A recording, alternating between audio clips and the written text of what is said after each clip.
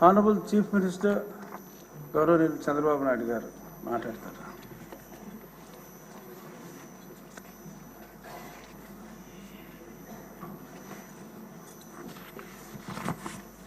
అధ్యక్ష, ఈరోజు అందరి ఆమోదంతో శాసనసభ డిప్యూటీ స్పీకర్గా ఎన్నికైన మీకు వ్యక్తిగతంగా తెలుగుదేశం పార్టీ తరఫున కూడా మనస్ఫూర్తిగా అభినందనలు తెలియజేస్తున్న శుభాకాంక్షలు. అధ్యక్ష, సినిమా రంగంలో ఇక్కడే మా మిత్రుడు పవన్ కళ్యాణ్ గారు ఉన్నారు. త్రిపుల్ ఎంత సంచలనం సృష్టించిందో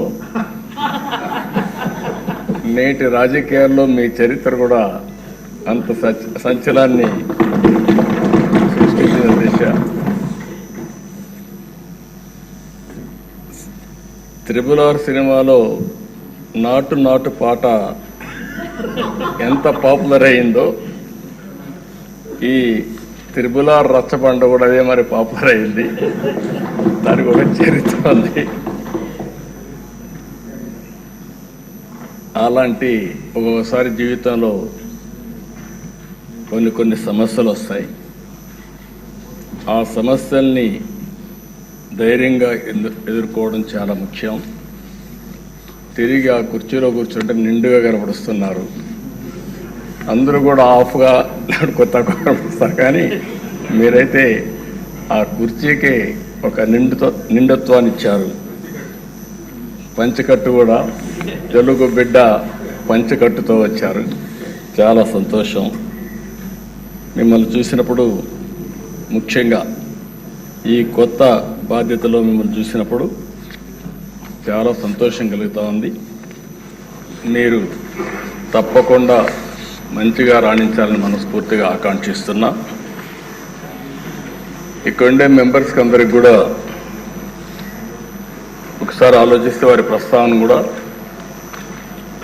మే 14, 1962 విజయవాడలోని కనుమూరి వెంకట సత్య సూర్యనారాయణరాజు గారు, అన్నపూర్ణమ్మ దంపతులకు జన్మించారు. ఆయన ఒక పారిశ్రామికవేత్తగా, రాజకీయవేత్తగా గుర్తింపు తెచ్చుకున్నారు. రఘురామకృష్ణరాజు గారు విశాఖపట్నంలోని ఆంధ్ర విశ్వవిద్యాలయంలో పోస్ట్ గ్రాడ్యుయేషన్ చేశారు. డిస్టింక్షన్లో పాస్ అయ్యారు. అప్పటి నుంచి కూడా మీరు ఎక్కడ చూసినా ఉత్సాహంగా మెరిట్లోనే ఉన్నారు. ఆయన మొదటి నుంచి మెరిట్ స్టూడెంటు. ఇండస్ట్రీ కూడా విద్యుత్ రంగంలో, ఎడిబుల్ ఆయిల్స్లో ఇలాంటి వ్యాపారాలు కూడా చేసి గుర్తింపు తెచ్చుకున్నారు. వాళ్ళ కుటుంబానికి కూడా రాజకీయ నేపథ్యం ఉంది. శిరీష్ రాజు గారు, వీళ్ళ తాతగారు, ఆయన జిఎస్ రాజు గారు 1958 నుంచి 64 వరకు ఏపీ లెజిస్లేటివ్ కౌన్సిల్ పదవికి మొట్టమొదటిసారిగా డిప్యూటీ చైర్మన్గా పనిచేశారు. ఇంకో పక్క సిరీస్ ఫార్మా ఎస్టాబ్లిష్ చేశారు అప్పట్లోనే, కానీ కొన్ని కారణాల వల్ల దాన్ని ముందుకు తీసుకుపోలేకపోయారు. కానీ లేకపోయింటే ఈరోజు రిచెస్ట్ మ్యాన్ ఈ ఆంధ్రప్రదేశ్లో ఆయనే ఉండేవాడు. అప్పట్లో ఫార్మా అనేది చాలా ముఖ్యం. మన డిప్యూటీ స్పీకర్ గారు 19లో నర్సాపూర్ ఎంపీగా పోటీ చేసి గెలిచారు. అయితే వీరి ఆలోచన, వీరి వ్యక్తిత్వం మామూలుగా ఉండేవాళ్ళకి అడ్జస్ట్ కాలేరు. ఏదున్నా సరే ఫ్రాంక్గా మాట్లాడతాడు. మనసులో కల్మషం ఉండదు. ముందు వెనుక చూడకుండా మాట్లాడుతూ ఉంటారు. ఎందుకంటే ఓసారి ఫ్రాంక్గా ఉండేటప్పుడు కొన్ని సమస్యలు కూడా వస్తాయి. అయితే నేను చాలా రోజుల నుంచి వాటిని దగ్గరగా చూస్తున్నా. ఎక్కడన్నా తప్పులున్నప్పుడు కానీ ఎక్కడన్నా ఇది ఉన్నప్పుడు కానీ చెప్పాలనుకున్నప్పుడు కానీ కొండ బద్దలు కొట్టి చెప్పడం వారి మనస్తత్వం. ఓసారి అలాంటి మనస్తత్వమే కొన్ని ఇబ్బందులకు గురి చేస్తుంది. అలాంటి ఇబ్బందుల్లోనే వారు ఎంత టార్చర్ అనుభవించారో ఒక ఉదాహరణ మాత్రం. ఆయన మీరు చూస్తే పోయిన గవర్నమెంట్ ఎప్పుడైనా సరే ప్రభుత్వాలు ఒక సంస్కరణ చేయడం, ఒక అభివృద్ధి చేయడం, లేకపోతే సంక్షేమ కార్యక్రమాలు చేయడం వల్ల ఎక్కడికక్కడ ఒక పాపులారిటీ వస్తుంది. కానీ పోయిన ప్రభుత్వం ఒక టెర్రరిజం, గవర్నమెంటే ఒక టెర్రరిజాన్ని స్పాన్సర్ చేయడం అనేది చాలా ఇక్కడ జరగదు. ఏ కొద్ది ఉదాహరణలు మాత్రం మనకు ఉంటాయి. అలాంటి చూసినప్పుడు సొంత ఎంపీ విభేదించినప్పుడు, డిఫర్ అయినప్పుడు కావాలంటే మనం దూరంగా ఉంటాం, అది వేరే విషయం. కానీ ఏ విధంగా ఆయన పైన కక్షగట్టి పనిచేశారో, ఏ విధంగా కుట్రబన్నారో మనం ఒక్కసారి గుర్తుపెట్టుకోవాల్సిన అవసరం ఉంది. ముందు బెదిరించారు, భయపెట్టాలని చూశారు, కానీ ఏమాత్రం తగ్గలేదు. ఈయన నమ్ముకున్న సిద్ధాంతం ప్రకారం ముందుకు పోయి మాట్లాడే పరిస్థితికి వచ్చారు. అయితే మనం అందరం కూడా చూస్తే అలాంటి సందర్భంలో ఏకపక్షంగా తన సొంత ఎంపీ మీద రాజద్రోహం కేసు నమోదు చేసి, లేని కేసును నమోదు చేసి, ఆయన ఏమి కుట్రలు చేయలేదు, రాజద్రోహం చేయలేదు, లేకపోతే ఏదో పెద్ద ఇచ్చేసే సందర్భం లేవు. మనందరూ కూడా తెలుసు. రాజద్రోహం కేసు నమోదు చేసి 2021 మే 14వ తేదీన, మే 14వ తారీఖున ఆయన పుట్టినరోజు. ఆ పుట్టినరోజు ఆయన అరెస్ట్ చేసి పైశాచిక ఆనందం పొందాలనే ఉద్దేశంతో ఆయన అరెస్ట్ చేశారు. ఆ రోజు మీరు చూస్తే ఒక ఎంపీ పోలీస్ కస్టడీలో టార్చర్ చేయడం దేశంలోనే ఒక పెద్ద సంచలనమైంది. సిఐడి సీనియర్ అధికారులు, ఐపీఎస్ అధికారులు పోలీస్ కస్టడీలో ఒక ఎంపీని ఇలా హింసించిన సంఘటన భారతదేశ చరిత్రలో, నేను కూడా రాజకీయాల్లో 40 సంవత్సరాల నుంచి ఉన్నా, చాలా సంఘటనలు చూశాను. ఇదే మొదటి సంఘటన, ఇదే ఆఖరి సంఘటన నా అభిప్రాయం. నేను ఎప్పుడు చూడలేదు ఇలాంటి సంఘటన, ఎప్పుడు వినలేదు. ఆ రోజు మీరు చూస్తే 2021 మే 14వ తేదీన రఘురామరాజు గారి పైన సమోటోగా కేసు పెట్టారు. ప్రభుత్వాన్ని కూలదోయడంలో భాగంగా కుట్ర చేశారని రాజద్రోహం కేసు పెట్టారు. TV5 ABNతో కలిసి కుట్ర చేశారని ఆరోపించారు. 9 గంటలకు కంప్లైంట్ పెట్టారు, 10 గంటలకు FIR నమోదు చేశారు. మధ్యాహ్నం 2 గంటలకు హైదరాబాద్లో ఇంట్లో ఉంటూ వచ్చి అరెస్ట్ చేశారు. అంటే మీరు గుర్తుపెట్టుకోవాల్సింది, 9 గంటలకు కంప్లైంట్ ఇస్తారు, 10 గంటలకు FIR రిజిస్టర్ చేస్తారు. ఆంధ్ర పోలీసులు హైదరాబాద్కు వచ్చి 2 గంటలకు అరెస్ట్ చేసి అక్కడి నుంచి ఈయన తీసుకొస్తారు. ఆ రోజు శుక్రవారం నేరుగా, మళ్ళా దీనికి శుక్రవారానికి కూడా ఒక సిగ్నిఫికెన్స్ ఉంది. శుక్రవారం అయితే ప్రొక్లేన వచ్చి ఎక్కడికక్కడ కూల్చివేతలు చేస్తారు. శుక్రవారం కానీ అరెస్ట్ చేస్తే కోర్టు ఉంటుంది కాబట్టి జైల్లో పెట్టొచ్చని ప్రయత్నం చేస్తూ కరెక్ట్గా అదే శుక్రవారం ఎంపిక చేసుకొని ఇక్కడికి తీసుకొచ్చారు. ఇక్కడ చూస్తే గుంటూరు CID ఆఫీస్ వారు కొన్ని విషయాలు చెప్పారు. తర్వాత బయట వచ్చినాక నేను ఆ రోజు ఒక పార్టీ అధ్యక్షుడిగా రాష్ట్రంలో ఎవరిని అరెస్ట్ చేసినా పార్టీతో సంబంధం లేకపోయినా రాజకీయాల్లో సంబంధం లేకపోయినా వాళ్ళు ఎవరిని అరెస్ట్ చేసినప్పుడు సోషల్ యాక్టివిస్టులు అరెస్ట్ చేస్తే కూడా మళ్ళా వాళ్ళని బైక్ తీసుకురావడానికి ప్రయత్నం చేసేవాడిని. ఆ పరిస్థితిలోని ఈయన కేసు కూడా నేను నేరుగా పర్యవేక్షిస్తూ ఎప్పటికప్పుడు పార్టీలో మేము మాట్లాడుకుంటూ వస్తున్నాం. ఆ రోజంతా కూడా ఆయన అరెస్ట్ చేసినప్పుడు నుంచి తీసుకువచ్చే దారిలో కానీ ఏమేం జరుగుతుందో ఎప్పటికప్పుడు మానిటర్ చేస్తున్నాం. అదే రోజు రాత్రి 5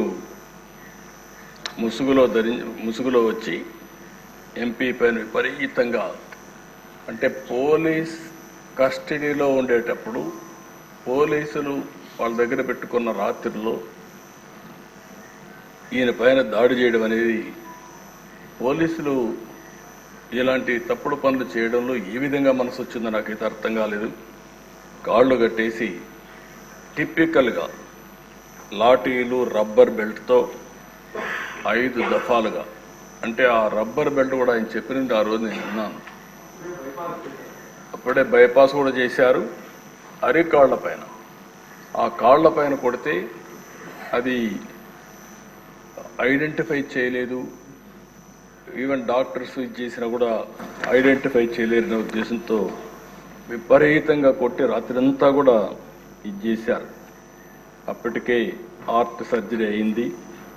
గుండె మామూలుగా సర్జరీ అయినప్పుడు కొంచెం ఇబ్బందులు కూడా ఉంటాయి. అలాంటిది మంచం మీద ఎక్కి రొమ్ముల పైన కూడా ఎక్కి విపరీతంగా కొట్టి తీవ్రంగా హింసించారు. వాళ్ళు హింసించిన విధానం మీరు చూస్తే ఎక్కడికక్కడ మంచం కోళ్ళు కూడా కింద నుండే కాళ్ళు కూడా ఇరిగిపోయే పరిస్థితికి వచ్చాయి. మామూలుగా అక్కడ సిఆర్పిఎఫ్ సెక్యూరిటీ ఉంటుంది. అలాంటి సిఆర్పిఎఫ్ సెక్యూరిటీ లేకుండా పంపించేశారు. రాత్రంతా తీవ్రంగా హింసించారు. తీవ్రమైన బూతులు తిట్టారు. రచ్చబండ పెట్టి ముఖ్యమంత్రి బెయిల్ రద్దు చేయమంటావంటూ కొడుతూ తీవ్రంగా క్షోభకు గురి చేశారు. ఒక సర్కిల్ ఇన్స్పెక్టర్, హెడ్ కానిస్టేబుల్ కాపలా ఉంటారు. ఇద్దరిని బయట పంపించి అదే సమయంలో ముసుగులు వేసుకుని వాళ్ళు వచ్చి, నేను అడిగాను ఆ రోజు కూడా వారిని అడిగాను, వాళ్ళని గుర్తుపెట్టగలుగుతారా అంటే గుర్తుపట్టడానికి వాయిస్ చూస్తే ఏమైనా చెప్పగలుగుతానేమో, కానీ ఎక్కడైతే ముసుగు వేసుకొని వచ్చారు, ముసుగు వేసుకొని వచ్చేసి ఇవన్నీ వెళ్ళిపోయారని చెప్పారు. ఆ రోజు రాత్రంతా కూడా మేము కూడా జాగారం చేసే పరిస్థితికి వచ్చాం. మొదటి రోజు సాయంత్రం వరకు ఉదయం తీసుకురాలేదు, కోర్టులో ప్రొడ్యూస్ చేయలేదు. ఎందుకు ప్రొడ్యూస్ చేయలేదని మేము వాకప్ చేస్తా ఉంటే ఇప్పుడు వస్తారు అప్పుడు వస్తారని చెప్పి కాలయాపన చేశారు. సాయంత్రం వరకు డిలే చేశారు. అంటే రాత్రంతా హింసించారు కాబట్టి ఆ దెబ్బలు కొంచెం నొప్పులు తగ్గిన తర్వాత ఐడెంటిఫై చేయకుండా ఈ నడవను కూడా నడవలేని పరిస్థితిలో ఉంటే కొంత సమయం ఇస్తే నడుస్తాడనే ఉద్దేశంతో ఆ రోజు 5 గంటలకు గుంటూరు కోర్టులో హాజరుపరిచారు. అప్పటికే మేము చూస్తున్నాం, టీవీలో వస్తూ ఉంటే అవి కూడా వాచ్ చేస్తున్నాం. మనిషి కుంటుకుంటూ నడుస్తున్నాడు, అంటే ఏదో జరిగింది అనేది వాచ్ చేసుకుంటూ ఉన్నాం. అక్కడి నుంచి ఎప్పటికప్పుడు మేము ఏం చేయాలనో లాయర్స్తో అందరితో మాట్లాడుకుంటూ వచ్చాం. మళ్ళీ వాళ్ళు చెప్పింది, వారే వచ్చి చెప్పింది, కస్టడీలో కొట్టిన విషయం కోర్టులో చెప్తే ఈ రాత్రికి మళ్ళీ మా కస్టడీకి వస్తావు, అక్కడ చంపేస్తామని బెదిరించారు. ఈ విషయాన్ని చూసినప్పుడు ఈ రాష్ట్రంలో కూడా ఇవన్నీ జరుగుతాయా అనే ఆశ్చర్యం కలుగుతుంది. అయితే మేజిస్ట్రేట్ దగ్గరికి వచ్చిన తర్వాత ధైర్యం చేశాడు. ఆ కాళ్ళు చూపించాడు.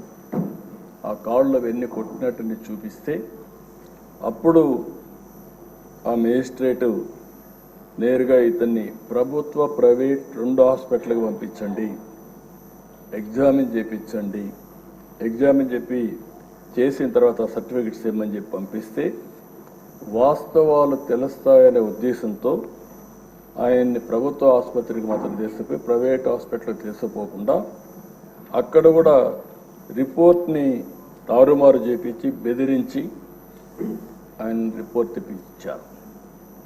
ఆ రిపోర్ట్ వస్తానే 16వ తారీఖున జైలుకు పంపించారు. ఇదే సమయంలో సమాంతరంగా హైకోర్టులో కూడా ఈ కేసు జరుగుతూ ఉంది. అంటే మేజిస్ట్రేట్ కోర్టులో కేసు ఉంది, హైకోర్టులో కేసు ఉంది. హైకోర్టులో కూడా ఏమాత్రం కూడా కోఆపరేట్ చేయకుండా వీళ్ళు ఇచ్చేస్తే మధ్యాహ్నం 12 గంటలకి కోర్టు సమావేశమైంది. రఘురామకృష్ణరాజు యొక్క రిపోర్ట్ ఇవ్వమని కోర్టు అడిగింది, కానీ వాళ్ళు రిపోర్ట్ ఇవ్వలేదు. మధ్యాహ్నం ఇవ్వాల్సిన రిపోర్టు సాయంత్రం 6 గంటలకు ఇచ్చారు. దీంతో హైకోర్టు కూడా ఆగ్రహం వ్యక్తం చేస్తూ రఘురామకృష్ణరాజు గారిని స్వయంగా తీసుకురండి హైకోర్టుకి అని చెప్పారు. ఆయన ఇప్పటికే జైల్లో ఉన్నాడు, ఇప్పుడు మేము తీసుకురాలేమని మొరాయించారు. మరుసటి రోజు 17వ తారీఖు హైకోర్టులో విచారణ జరిగింది. ఇది ఉన్నప్పుడు వారి అడ్వకేటు వారితో కూడా మేము కూడా మాట్లాడి సుప్రీంకోర్టులో వెకేషన్ బెంచ్లో కేసు వేశారు. సుప్రీంకోర్టు ఇమ్మీడియట్గా ఈయన్ని హైదరాబాద్లో మిలిటరీ హాస్పిటల్కి, ఇక్కడుండే హాస్పిటల్ పైన నమ్మకం లేక ఇక్కడ హాస్పిటల్లో మళ్ళా తారుమారు చేస్తారు, బెదిరిస్తారు, రిపోర్ట్లు ఇవ్వరనే ఉద్దేశంతో హైదరాబాద్లో మిలిటరీ హాస్పిటల్కి రెఫర్ చేశారు. అప్పుడు కూడా మొరాయించారు. ఏదైతే ఆయన్ని ఇమ్మీడియట్గా తరలించాల్సింది పోయి తరలించకపోతే సుప్రీంకోర్టు చాలా స్పష్టంగా తెలంగాణ హైకోర్టు చీఫ్ జస్టిస్ నియమించిన న్యాయాధికారి సమక్షంలో పరీక్ష నిర్వహించి మంగళవారం నాటికి సుప్రీంకోర్టుకు రిపోర్ట్ ఇమ్మని చెప్పి ఆదేశాలు ఇచ్చారు. అందువల్ల సోమవారం సాయంత్రం 5 గంటలకు ఇక్కడి నుంచి జైల్లో నుంచి తీసుకుపోయి హైదరాబాద్లో సికింద్రాబాద్ మిలిటరీ హాస్పిటల్లో చేర్చారు. అక్కడ కూడా మేము వాచ్ చేస్తున్నాం. అక్కడ కూడా ఆ రోజు ఒక అధికారి పనిచేస్తూ అక్కడికి వెళ్ళి అక్కడ కూడా మ్యానిపులేట్ చేయాలని ప్రయత్నం చేశాడు. అది కూడా మేము పేపర్ ద్వారా మళ్ళీ ఎక్కడికక్కడ లీక్ చేసి ప్రెషర్ పెట్టే ప్రయత్నం చేశాం.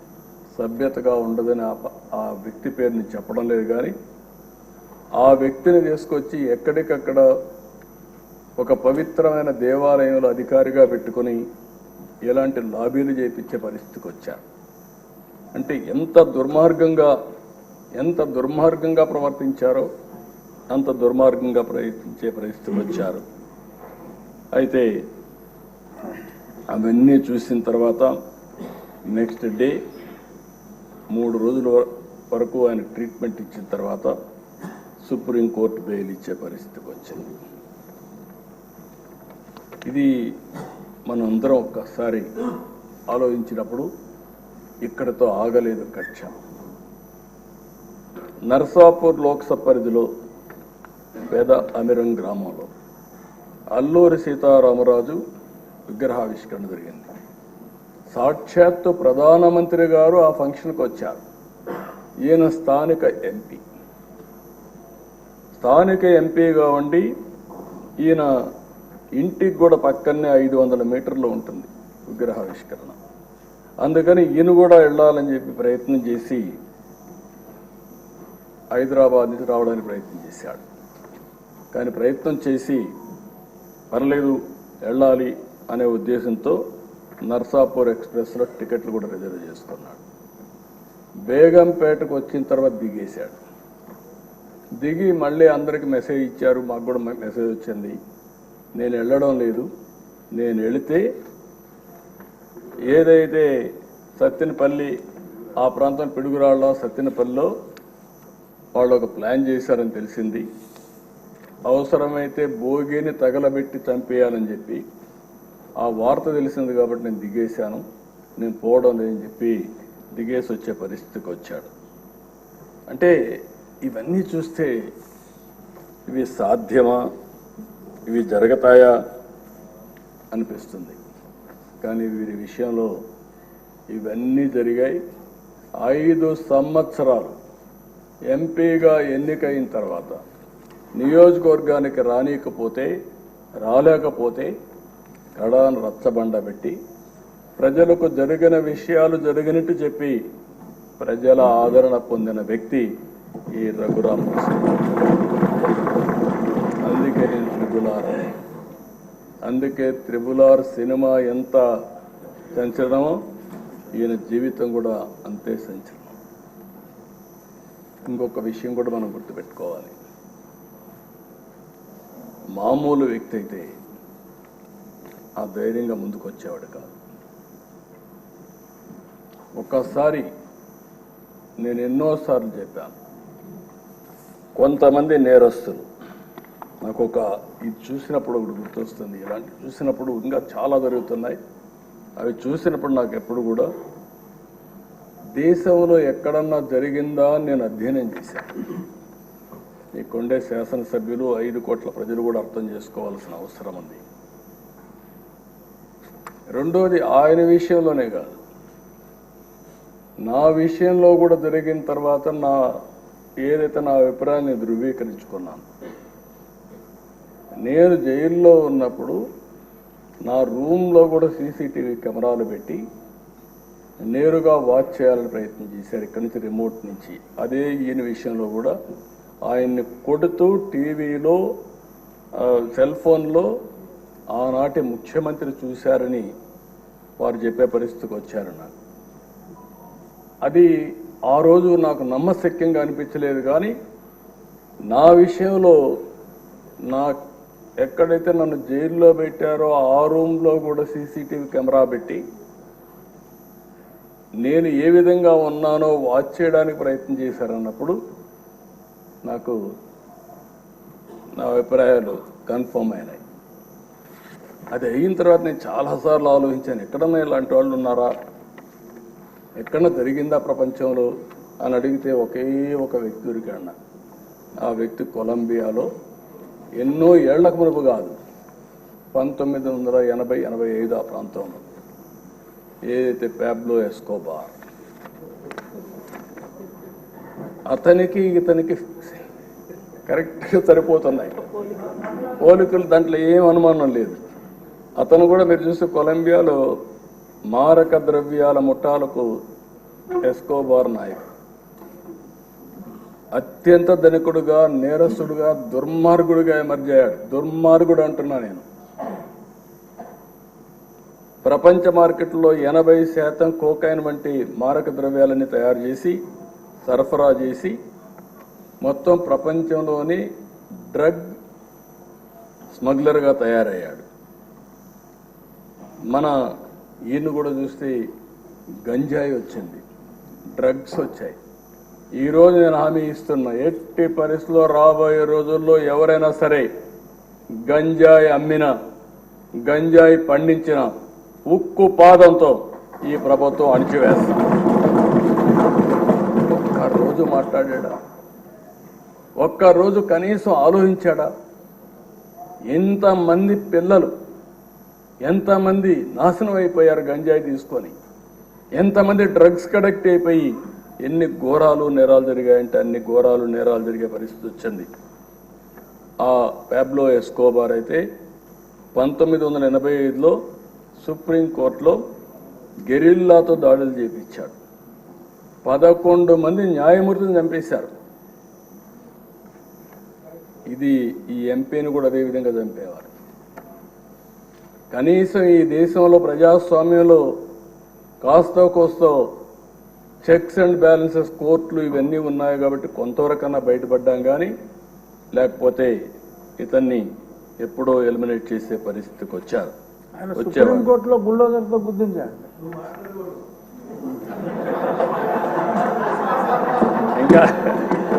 ఇంకా అలవాటు కాలేదు.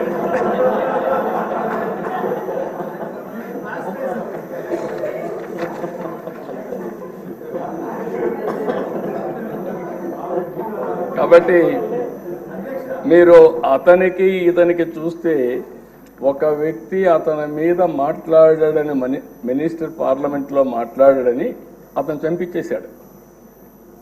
ఇక్కడ అదే సంఘటనలు జరుగుతున్నాయి. ఎవరైనా సరే మాట్లాడితే, ఎదురు తిరిగితే, లేకుంటే ప్రజాస్వామ్యంలో ఇది తప్పు అని చెప్పితే ఇంకా వాళ్ళ మీద పడిపోయే పరిస్థితి. శాసిస్తున్నాడు, ఎవ్వరూ మాట్లాడడానికి వీలు లేదని శాసించే పరిస్థితికి వచ్చారు.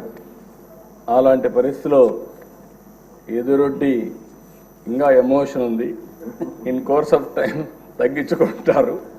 కానీ మళ్ళీ ఈరోజు ఒక పోరాటం చేసి పోరాట యోధుడిగా గెలిచి ఆ కుర్చీలో కూర్చున్న మిమ్మల్ని మరొక్కసారి మనస్ఫూర్తిగా అభినందిస్తున్నాను.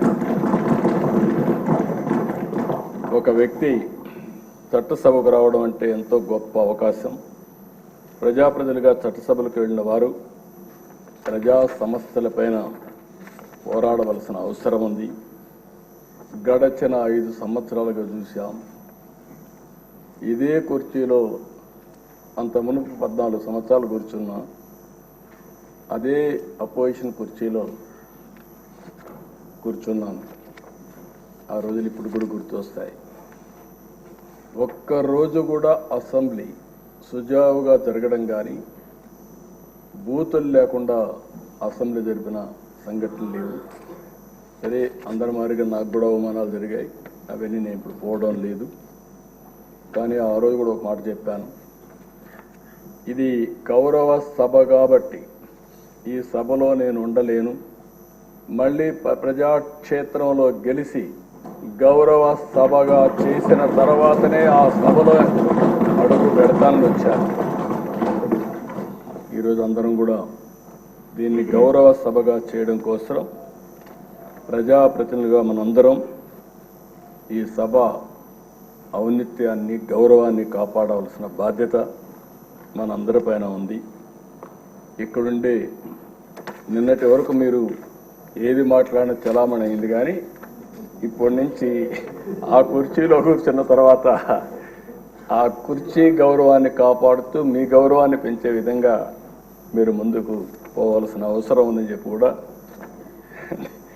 డిప్యూటీ స్పీకర్గా వారిని కోరుతున్నా.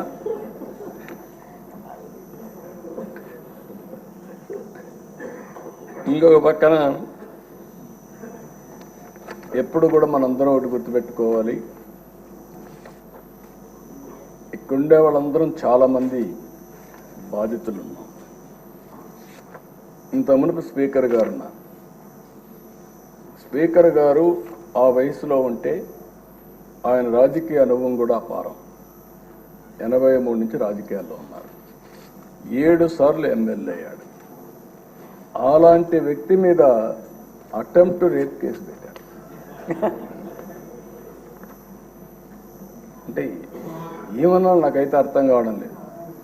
ఇప్పుడు ఆయన అదే బ్యూటీ ఆఫ్ డెమోక్రసీ.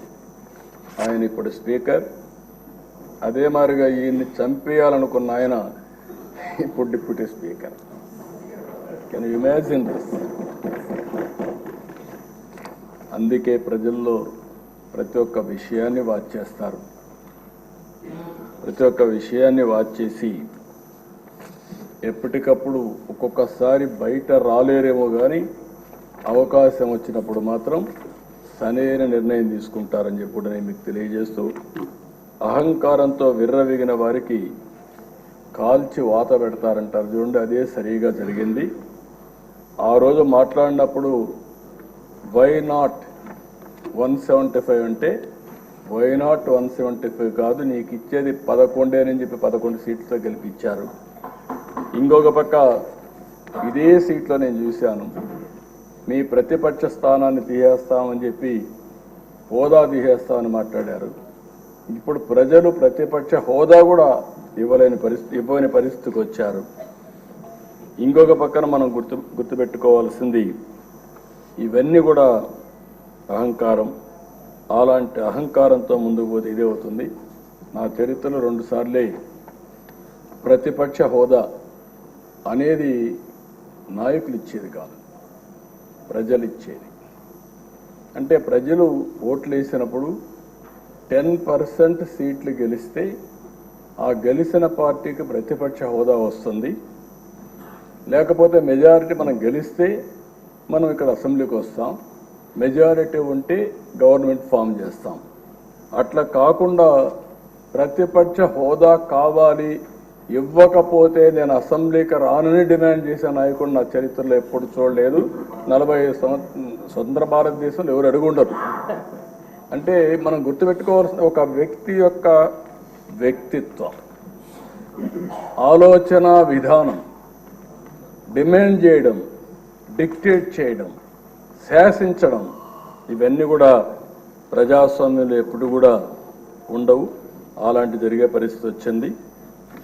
ఎప్పుడు కూడా ప్రజాస్వామ్యాన్ని మనం గౌరవించాల్సిన అవసరం ఉందని చెప్పి కూడా నేను మీకు తెలియజేస్తున్నా. అయితే ఏది ఏమైనా ప్రజలు ఒక చైతన్యంతో బాధ్యతతో ఓటేసి కూటమి ప్రభుత్వాన్ని గెలిపించారు.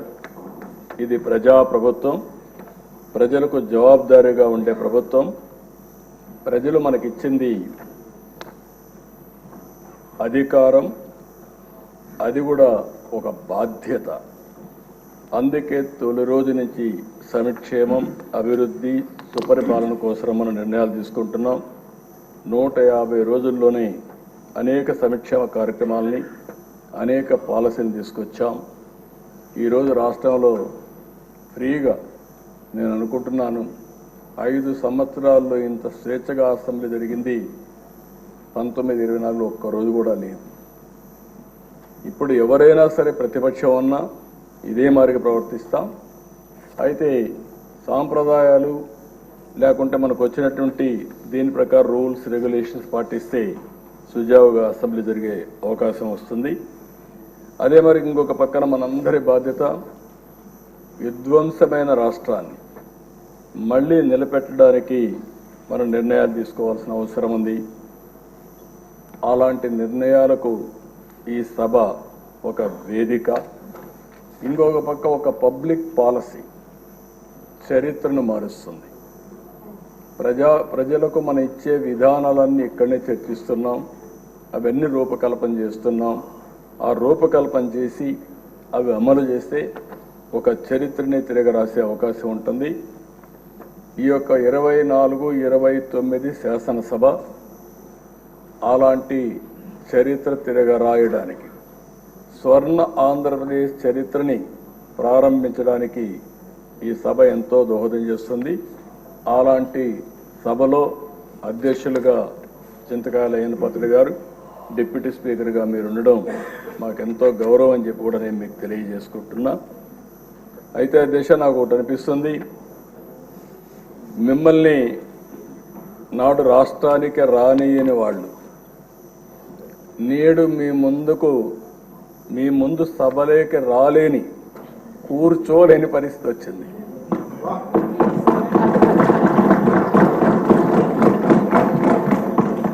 మిమ్మల్ని నాడు రాష్ట్రానికి రానియని వాళ్ళు నేడు మీ ముందు సభలోకి రాలేని, కూర్చోలేని పరిస్థితి వచ్చింది. ఇది దేవుడు రాసిన స్క్రిప్టే. That is the beauty of democracy, that is the miracle. ఆ రోజు ఒక్క క్షణం భగవంతుడు చిన్న చూపు చూసుంటే త్రిపులారిని ఇక్కడ చూసేవాళ్ళం కాదు. కానీ భగవంతుడు డెస్టినీ గట్టిగా ఉన్నప్పుడు ఏది జరగదు. కానీ అదే సమయంలో ధైర్యంగా నిలబడ్డాడు కాబట్టి, ధైర్యంతో ముందుకు పోయాడు కాబట్టి మళ్ళీ ఇక్కడ రాగలిగాడు. ఏమాత్రం కొద్దిగా కూడా భయపడుంటే భయమే రఘురామకృష్ణరాజు గారు చంపేసేది.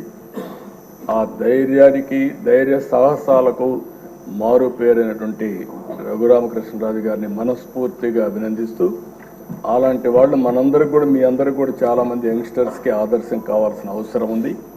అది కూడా మీరందరూ గుర్తుపెట్టుకోవాల్సి కోరుతూ, డిప్యూటీ స్పీకర్ గారు, మీరు ఆ పదవికి వన్నీ తెస్తారని, మన శాసనసభను ఒక సమున్నతమైన సభగా నిర్వహిస్తారని మనస్ఫూర్తిగా ఆశిస్తూ, మనస్ఫూర్తిగా మీకు అభినందన తెలియజేసుకుంటూ, మీ సాహసాన్ని గురించి, ధైర్యాల గురించి రాజీ పడాల్సిన అవసరం లేదు. కుర్చీ ఔన్నత్యాన్ని పెంచే విధంగా, సభని ముందుకు తీసుకుపోయే విధంగా మీరు అన్ని విధాలుగా ప్రవర్తించాల్సిందిగా, ప్రయత్నం చేయాల్సిందిగా కోరుకుంటూ, భగవంతుడు ఆ శక్తిని మీకు ఇవ్వాలని మనస్ఫూర్తిగా ఆకాంక్షిస్తూ, మీ ద్వారా భవిష్యత్తులో కూడా ఈ రాష్ట్రానికి అనేక మంచి కార్యక్రమాలు జరగాలని మనస్ఫూర్తిగా ఆకాంక్షిస్తూ మీ దగ్గర సెలవు తీసుకుంటాను. Thank you.